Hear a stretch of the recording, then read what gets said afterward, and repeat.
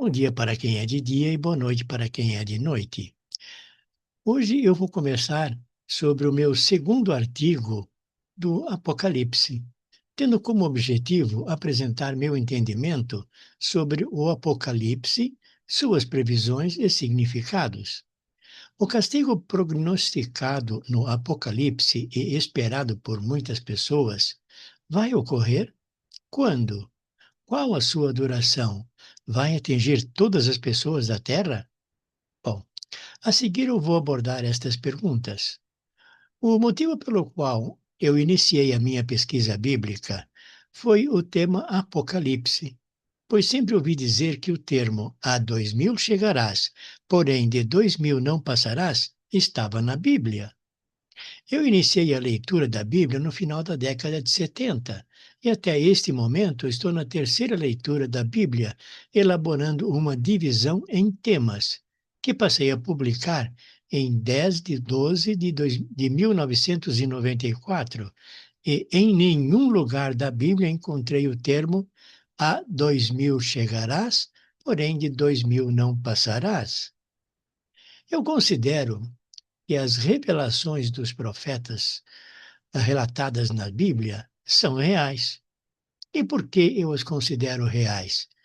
Vamos conversar um pouco sobre o tempo. Para os espíritos, o tempo é como um ponto, ou seja, passado, presente e futuro estão contidos num ponto. E eles podem trafegar por qualquer unidade de tempo, tanto os espíritos quanto alguns extraterrestres. Portanto, eles, os anjos ou espíritos, sabem o que vai ocorrer e podem tê-lo revelado aos profetas, e, em especial, neste artigo, ao apóstolo João. O significado da palavra Apocalipse, muitos já conhecem, que é revelação. Mas revelação do quê? Revelação de algo que irá ocorrer num futuro distante daquele tempo em que foi revelado ao apóstolo João. E também comentado no livro de Isaías, em Apocalipse de Isaías, no capítulo 24, e no pequeno Apocalipse de Isaías, no capítulo 34. Em meu entendimento, João recebeu uma visão do futuro, um futuro distante do que irá acontecer, não especificando o tempo exato, porém deixando indicações para que as pessoas possam se preparar para os fatos através dos relatos. Vamos então às perguntas que eu preparei no início. Primeira pergunta: algo irá ocorrer? Sim, sob o meu ponto de vista, algo irá ocorrer. E por quê? Porque os profetas apresentados na Bíblia receberam informações privilegiadas dos anjos, ou seja, espíritos evoluídos. E para os espíritos, como eu comentei no início, passado, presente e futuro estão contidos num ponto e eles o conhecem. Todos os espíritos conhecem o tempo? Talvez, ou somente os espíritos mais evoluídos o conheçam. Da mesma forma, os extraterrestres, em especial os que tiveram contato com a senhora Betty Andreasson, referenciaram o seguinte sobre o tempo: o futuro e o passado são a mesma coisa do que o hoje para eles. O tempo deles não é como o nosso tempo, mas eles conhecem o nosso tempo. Eles conseguem voltar no tempo. E eles disseram a ela: o tempo para nós não é o seu tempo. Lugar para você é uma coisa localizada. Para nós, não. Não é. Consegue ver isto? Olha só, vejam o termo. Não conseguem ver isso? Como se estivessem explicando algo simples para uma criança, ou seja, algo simples para eles. Eles conseguem se locomover à vontade no tempo. pois não há diferença entre passado, presente e futuro para eles. O tempo, como nós o conhecemos, não existe para eles. Eu fiz este comentário sobre o tempo para caracterizar que os profetas bíblicos e os profetas atuais não bíblicos podem, olha só, digo, podem receber informações privilegiadas de anjos ou espíritos, ou viajantes do tempo, ou ainda eles mesmos são viajantes do tempo. Pelo anteriormente exposto, eu posso dizer que algo irá ocorrer. A segunda pergunta que eu coloquei no início foi: o que é o Apocalipse? Eu pergunto: o Apocalipse é considerado o fim do mundo determinado por Deus, onde um terço dos homens, dos animais e plantas serão destruídos como castigo pelo comportamento dos homens?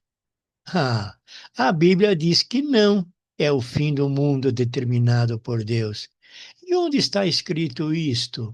Está escrito em Gênesis 8, de 21 e 22, que diz o seguinte: O Senhor aspirou o suave odor e disse consigo mesmo: Nunca mais tornarei a amaldiçoar a terra por causa dos homens, pois a tendência do coração humano é má desde a infância. Nunca mais tornarei a castigar todos os seres vivos como acabei de fazer.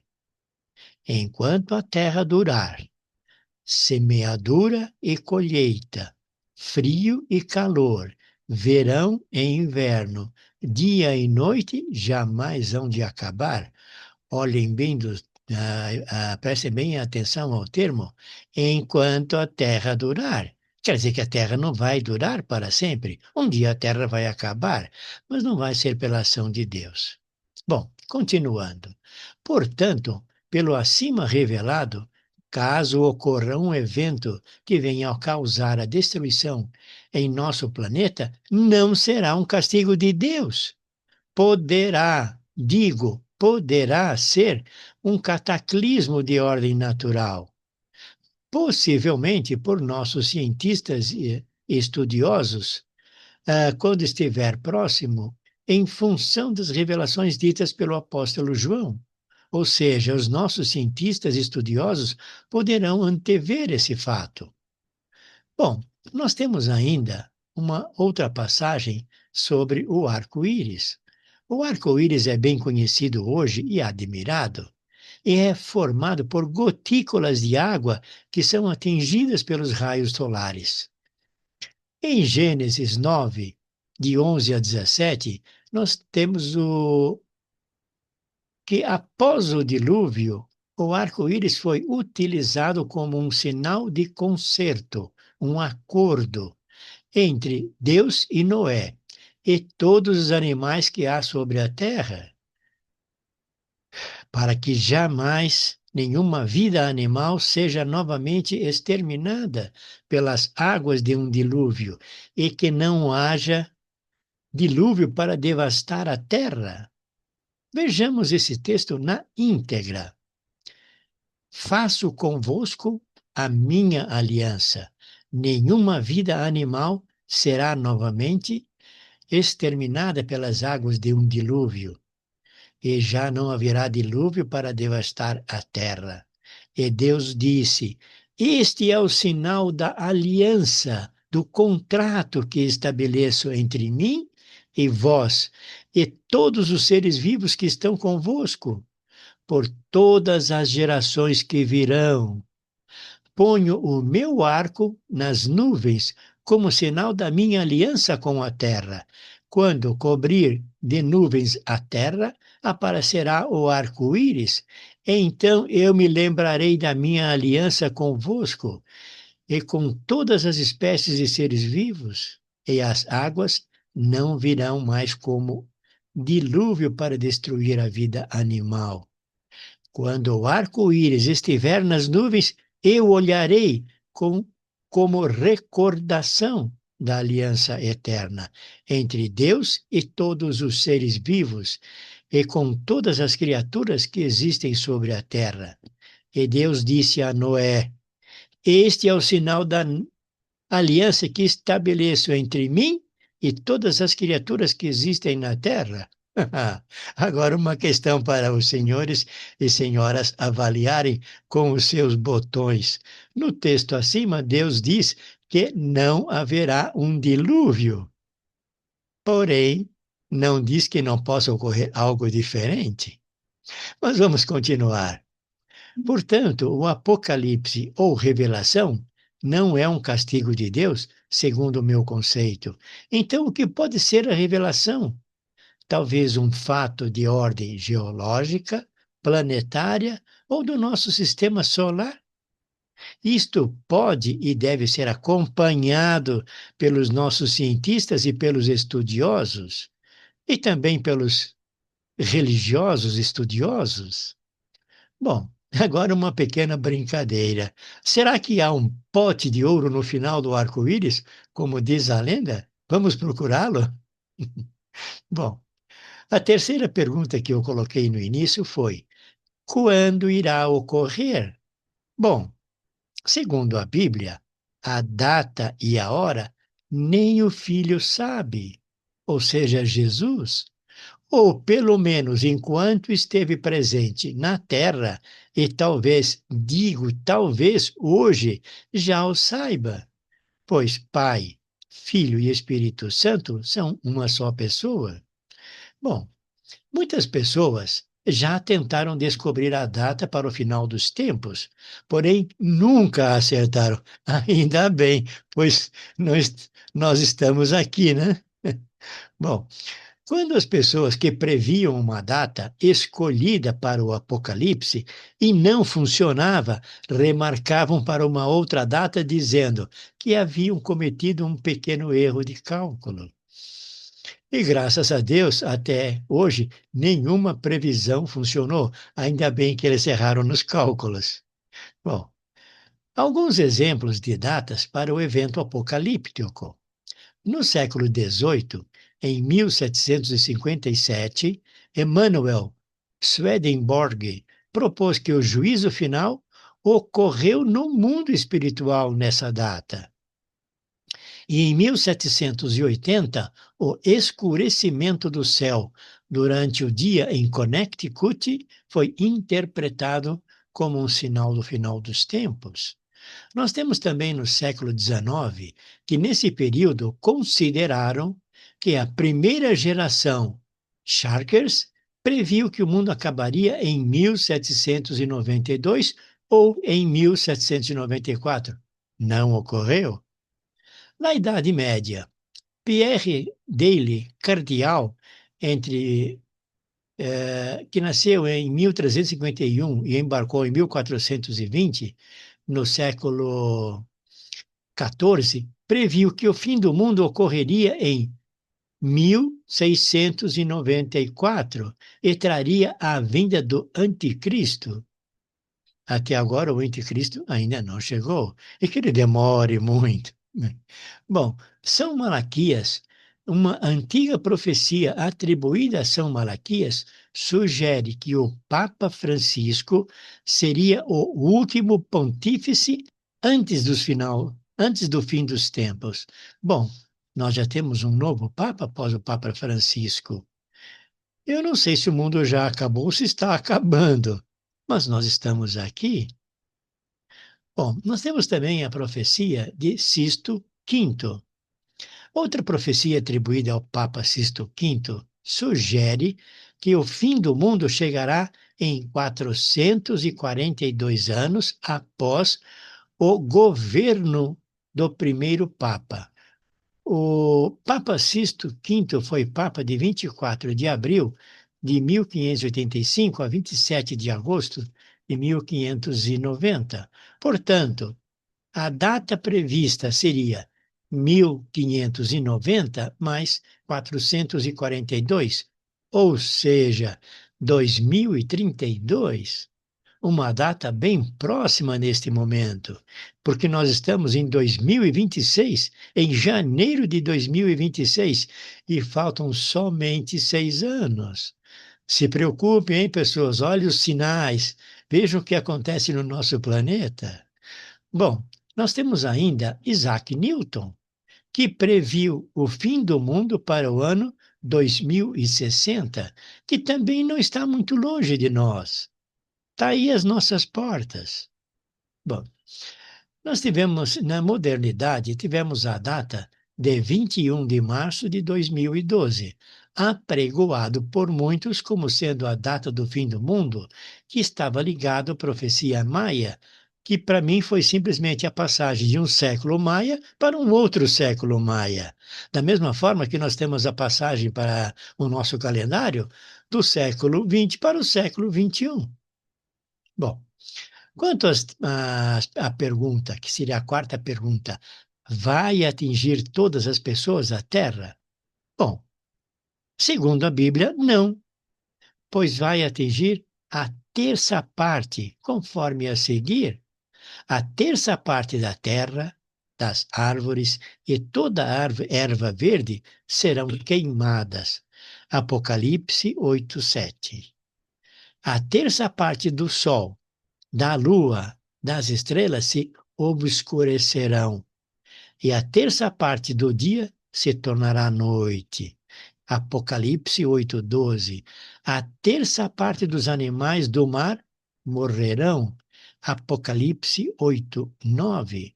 A terça parte dos homens perecerá. Apocalipse 9:18. A terça parte dos navios será destruída. Apocalipse 8:9. E, finalmente, a terça parte dos rios será envenenada. Apocalipse 8:11. Com isso, eu respondi aquelas 4 perguntas que eu me propus inicialmente. Agora vamos a algumas curiosidades. A Enciclopédia de Profecias Bíblicas de J. Barton Paine aponta para um total de 1.817 profecias na Bíblia, sendo 1.239 no Antigo Testamento e 578 no Novo Testamento.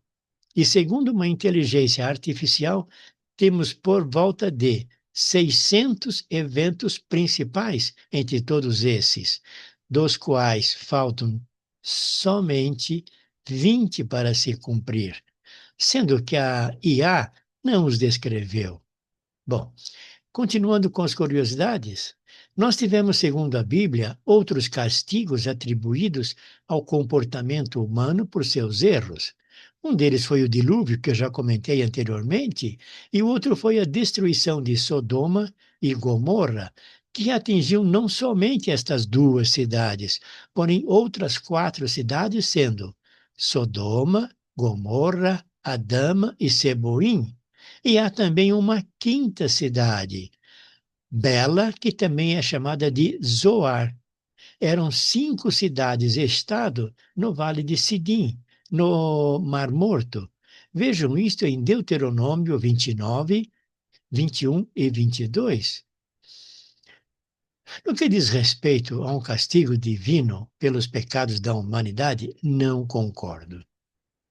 Porém, pode ocorrer um cataclisma que afetará todo o nosso planeta, da mesma forma que não concordo que a grande enchente ou dilúvio foi um castigo para a humanidade daquele tempo, e sim um fenômeno de ordem natural que ocorreu numa determinada região ou terra. Como se determinava uma determinada região na antiguidade? Como, por exemplo, nós temos um determinado grupo que seria a terra dos israelitas, a terra dos egípcios. Portanto, o termo terra não significa todo o nosso planeta, e sim uma determinada região. E quanto aos dirigentes dos seres humanos? Ô, pessoalzinho difícil, hein? Os dirigentes dos seres humanos têm o hábito de atribuir um fenômeno de ordem natural a um castigo divino. para com isto dominar o povo, para que o povo faça exatamente o que eles determinam, sem pestanejar. Bom, com isto, eu termino este assunto Apocalipse. Deus abençoe a todos e a todas. Namastê. João Batista.